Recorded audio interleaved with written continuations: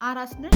ዛሬ በዚህ ቪዲዮ አራስ ቤት ላለው ልጅሽ ማድረግ ያለብሽን 5 ጥንቃቄዎች ይዤልሽ መጥቻለሁ። እንዲሁም በመጨረሻ ቦነስ አለኝ። እስከ ቪዲዮ መጨረሻ ድረስ ተከታታይ። ሰላም፣ እንዴት ናችሁ? ሶስና እባላለሁ። የልጆች አስተዳደግ ባለሙያ ነኝ። እንዲሁም የመንቶች እናት ነኝና ያሳለፍኳቸውን ነገሮች ቻሌንጅ የሆኑብኝን 5 ነገሮች ለእናንተ በዚህ ቪዲዮ ሼር አደርጋችኋለሁ። እንኳን ወደ ሶስና ቲዩብ በደህና መጣችሁ። ወደ ሀሳቡ ልሄድላችሁ። እነዚህ አሁን የምላቸው 5 ነገሮች እንግዲህ በስርሽ እናትሽ ከሌለች ወይ ደግሞ ሌሎች ከዚህ በፊት የወለዱ ሰዎች ከሌሉ እርግጠኛ ነኝ ቻሌንጅ ይሆኑብሻል። ለእኔም ቻሌንጅ ስለሆነብኝ ነው ሼር ለማድረግ የፈለኩትኝ። ወደ ሀሳቡ ልሄድላችሁ። በመጀመሪያ ማድረግ ያለብሽ ነው ንጽህናውን በደንብ መጠበቅ አለብሽ። ንጽህናውን በደንብ መጠበቅ አለብሽ ሲባል በየቀኑ ማጠብ አለብሽ ማለት አይደለም። እኔ ይመስለኝ ነበረ ዴሊ ነበር ማጥባቸው እና ይሄ መሆን የለበትም። ልጆች በየቀኑ መታጠብ የለባቸውም። አራስ ቤት ያሉ ህፃናት በሳምንት ቢያንስ ከ2 እስከ 3 ቀን ከታጠቡ በጣም በቂያቸው ነው እና በ2 ቀን ወይ 3 ቀን ማጠብ ይኖርብሻል ማለት ነው። አጥቢ ግን ማድረግ ያሉብሽ ጥንቃቄዎች አሉ። እኔ በጣም ቻሌንጅ የሆነብኝ ነገር አንዱ ልጅ ማጠብ ነው። ከዚህ በፊት ታናናሾች አሳድጌ አላቅም። ከዚህ በፊት ህፃን ነክቼ አላቅም። ቲዎሪውን አውቀዋለሁ በትምህርት እንጂ በተግባር እንደዚህ ልጆችን እየነካው ምናምን ሞክሬ አላቅም እና የወለድኩትም መንታ ነው። ይህም ይመስለኛል በጣም ቻሌንጅ ሆኖብኝ ነበር። ለማጠብ በጣም ተቸግሬ ነበረ። ስታጥቢ ምን አይነት ጥንቃቄ ማድረግ አለብሽ? በመጀመሪያ ጆሮአቸው እንዳይገባ፣ አይናቸው፣ አፍንጫቸውን እና አፋቸው እንዳይገባ ውሃ መጠንቀቅ መቻል አለብሽ። እንዲሁም ሳሙና እንዳይገባ መጠንቀቅ አለብሽ። ይህንንም ለማድረግ ስታጥቢ መጀመሪያ አሻንጉሊት ወይ የሆነ ነገር የለኝም ለማሳየት ከስር ቪዲዮ ካገኘው እንትን ለማድረግ አታች ለማድረግ ሞክራለሁ። ምን ማድረግ አለብሽ? ህፃኑን መጀመሪያ እንደዚህ ማጠቢያሽ ላይ በእጁ እንዲጋለል ታደርጊና መጀመሪያ ፀጉሩን ወደታች ታጥቢያለሽ። ፀጉሩን ወደታች ካጠብሽ በኋላ ደግሞ ትንሽ አንገቱንና ወገቡን አንድ ላይ ይዘሽ ከዛ ፊቱን ታጥቢያለሽ። ከዛ ወደታች ያሉ ፓርቶቹን ታጥቢያለሽ ማለት ነው። እንዲሁም በምታጥቢበት ጊዜ ይሄ እትብቱ ካልወደቀ ጥንቃቄ ማድረግ አለብሽ እንዳትነካኪበት። ይህንንም ጥንቃቄ ማድረግሽን እንዳትረሺ ማለት ነው። በተለይ እትብቱ እስከሚወድቅ ድረስ ትንሽ ጠንከር እስከሚሉ ድረስ ለማጠብ ያለው ቻሌንጅ እንድንላችሁ አልችልም። በእርግጥ እንደ ሰው ሊለያይ ይችላል። አንዳንዱ ቀላል ሊሆን ይችላል። እኔ ግን በጣም ከብዶኝ ነበረ። እንዴት መያዝ እንዳለብኝም አላቅም። በቃ አንዳንድ ቪዲዮዎችን ዩቲዩብ ላይ አይቼ እንዲሁም በአጠገቤ እናቴ ስለነበረች የተወሰነ ቀን ድረስ እሷ ስታጥብ አይቼ ግን ያየሁት ነገር ብዙም እንትን አላለኝም እና እኔ በተግባር ሲይዘው ሌላ ታሪክ ነው የሆነብኝ። ህፃኖችን ሲይዝ ቪዲዮዎችን አየሁኝ በተደጋጋሚ። መጀመሪያ ቻሌንጅ እንደሚሆንብኝም አላሰብኩም። እነዚህ ነገሮች ላይም አልተዘጋጀውም ነበር። ስለዚህ ስታጥቢ እንደዚህ አይነት ጥንቃቄዎችንም ማድረግ መቻል ይኖርብሻል ማለት ነው። ሁለተኛው ስትመግቢያቸው ወይም ስታጠቢያቸው፣ በተለይ ስታጠቢያቸው ነው የሚሆነው። አራስ ቤት ያሉ ልጆች ስትመግቢያቸው አልኩኝ ሁል ጊዜ ሰዓት ጠብቀሽ መሆን የለበትም። ወዲያው ነው የሚርባቸው። በሽንታቸውም ቶሎ ስለሚወገድ ጡትን ብቻ ስለሆነ የሚጠቀሙት ወዲያው ነው የሚርባቸው እና ሰዓት ጠብቀሽ ሳይሆን መሆን ያለበት ምልክቶችን አይተሽ ነው። ምልክቶችን ምናልባት እነዚህ ማለት በአብዛኛው የሚያሳዩት ምልክት ነው። ሁሉም ህፃን ላይሆን ይችላል።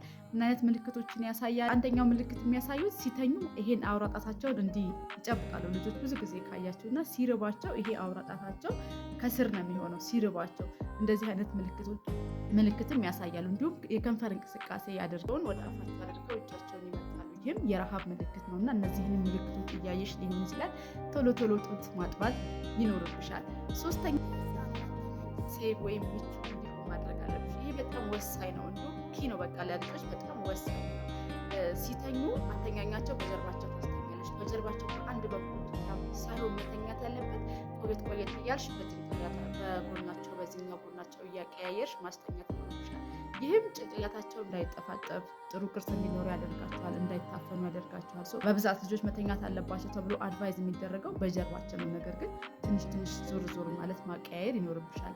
ይህ እንዳልኩት ለጭንቅላት አቀማመጣቸው ትልቅ ተጽዕኖ ሊኖረው ስለሚችል ስትነኩት ራሱ ትምክ ይላልና እንዲህ ለቅርጽ እንትን ለማለት በጣም ቅርብ ነው። ስለዚህ እያቀያየርሽ ማስተኛት ይኖርብሻል። አራተኛው አራስ ቤት ያለ ልጅሽ ሙቀት እንዲያገኝ ማድረግ ይኖርብሻል። ልጆች በጣም ሙቀት ይፈልጋሉ። በተለይ በህፃንነታቸው በአራስ ቤትነታቸው በሙቀት ውስጥ ነው እድገታቸው በፍጥነት የሚጨምረው እና እኔ እናቴ ከስር የነበረች ለተወሰነ ቀን ተሸፈፍናቸዋለች፣ የልብስ ማታረገባቸዋለች። እኔ ይታፈናሉ ወይ ደግሞ ሙቀት በጣም እንትን ይላቸዋል፣ ያስቸግራቸዋል፣ ምናምን ይወብቃቸዋል እያልኩ እከራከራለሁ እና እነሱ በልምድ ስለሚያውቁት በጣም ልብስ እንትን ትላቸው ነበር እና ሙቀት ያለው ልብስ በእርግጥ እንደ ሀገሩ እንዳላችሁበት ሀገር ሊለያይ ይችላል የልብሳችሁ መጠገን። ነገር ግን ልጆች በጣም ሙቀት ይፈልጋሉ አራስ ቤት። እንዲሁም ስኪን ኮንታክት ሊኖራቸው ይገባል ከእናታቸው ጋር ኦር ከአባታቸው ጋር ሊሆን ይችላል። ይሄ እናት ስለምታሳልፍ ነው። የሚያግዙ አባቶች ይኖራል። ማቀፍ እንዳልኩት የሚሞቅ ልብስ ማልበስ ይህም ሙቀት እንዲሰማቸው እና ፊል ኦፍ ላቭ እና ዋርም እንዲሰማቸው ሙቀት እንዲሰማቸው ፍቅር እንዲሰማቸው ያደርጋቸዋል። ይህንንም ማድረግ ይኖርብሻል ማለት ነው አራስ ቤት ላለው ልጅሽ። አምስተኛውና የመጨረሻው ዶንት ፎርጌት ዩርሰልፍ፣ ራስሽን መርሳት የለብሽም። በቃ ሙሉ ለሙሉ በተለይ አዲስ እና ስትሆኚ ነገሮችን ሁሉ አዲስ ስለሆኑ ብዙ ነገር ኮንፊውዝ ስለሚያደርግ ትኩረትሽን ሙሉ ለሙሉ ልታደርግ ትችላለሽ። ቢሆንም ግን እኔ ካሳለፍኩትም ነገር ሳይንሱም ከሚለው ነገር ነው እያወራሁ። ራስሽን ሙሉ ለሙሉ መርሳት የለብሽም። መተኛት አለብሽ። ልጅ ሲተኛ አንቺም እረፍት ማድረግ አለብሽ፣ መመገብ አለብሽ። ቪዲዮ ሰርቻለሁ አዲስ እና ስትሆኚ ሊገጥሙሽ የሚችሉ ቻሌንጆች ወይም ደግሞ በአራስ ቤት ስትሆኚ ሊገጥሙሽ የሚችሉ ቻሌንጆች ብዬ ሰርቻለሁ ከዚህ በፊት። ግን እነዚህ ሀሳቦች ላይ ስላልሰራሁባቸው ህፃናቶቹ ላይ ምን አይነት ጥንቃቄ ማድረግ አለብን የሚለውን ነገር ስላልሰራው ነው ይሄን ቪዲዮ የሰራሁትኝ እና እሱንም ቪዲዮ መለስ ብላችሁ ማየት ትችላላችሁ። ስለዚህ ራስሽን መርሳት የለብሽም። ካልም የሆነ ፓረንት ካልም የሆነ ቻይልድ ያሳድጋል። የተረጋጋ ወላጅ የተረጋጋ ልጅ ያሳድጋል ነው የሚለው ሳይንስ። አንቺም ጥሩ ስሜት እንዲሰማሽ በቃ ራስ ቤት የምታሳልፊያቸው ነገሮች 12 ምናምን ነጥቦች ጠቅሼ ከዚህ በፊት ቪዲዮ ሰርቻለሁኝ እና እሱን መለስ ብለሽ ማየት ትችላለሽ። ምን ያህል ስትረስ እንዳለ ምን ያህል ነገር ብዙ ቻሌንጅ እንዳለ ምናምን እዛኛው ቪዲዮ ላይ ሰርቻለሁኝ። እሱንም ማየት ትችላላችሁ እና በዛ ሂደት ውስጥ ምንድነው ማለት የፈለግኩት ነገር ራስሽን መርሳት የለብሽም። መመገብ አለብሽ፣ መጠጣት፣ በቂ እረፍት እንድታገኚ ማድረግ ይኖርብሻል። በመጨረሻም የምጨምርልሽ ቲፕ ወይም ቦነስ ምንድነው እሱ ወላጅነት ኢትስ ናት ፐርፌክሽን አይደለም። በፕሮሰስ የምንኖረው በፕሮሰስ እያደግንበት የምንመጣው እና የምንኖረው ህይወት ነው እና አንቺ ጥሩ እናት ነሽ፣ አንቺ ጥሩ ወላጅ ነሽ። ከዚህም በላይ ጥሩ ማድረግ ትችያለሽ። በጣም ጊዜው ገና ነው፣ ወደፊት ነው እናትነትሽን ብዙ ልጅሽ ላይ እንትን እያልሽ የምትመጪው። ይህንን ነው ማለት የምፈልገው ነገር። መጠንከር አለብሽ፣ ልጅሽን በደንብ ኬር ማድረግ አለብሽ፣ ራስሽን በደንብ ኬር ማድረግ አለብሽ። በመጨረሻም ይሄ ቪዲዮ ጠቃሚ ሆኖ ካገኘሽው ላይክ አድርጉ፣ ሌሎችን እንዲደርስ ሼር ማድረጋችሁን እንዳትረሱ። ሌሎች ልጆችን የሚመለከቱ እናቶችን የሚመለከቱ ሀሳቦች እንዲደርሳችሁ ይሄን ቻናል ሰብስክራይብ በማድረግ ቤተሰብ እንሁን።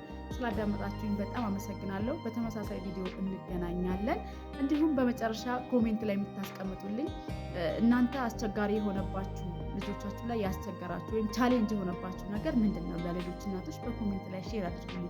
በጣም ብዙ አሉ ይሄ የሚያስመልሱት በአፋቸው የሚመጣው ምናምን በጣም ብዙ ነገር ያለው እና እስቲ ሌሎችም እናቶች ኮሜንት ላይ ብታስቀምጡልኝ ደስ ይለኛል። አመሰግናለሁ። ቻው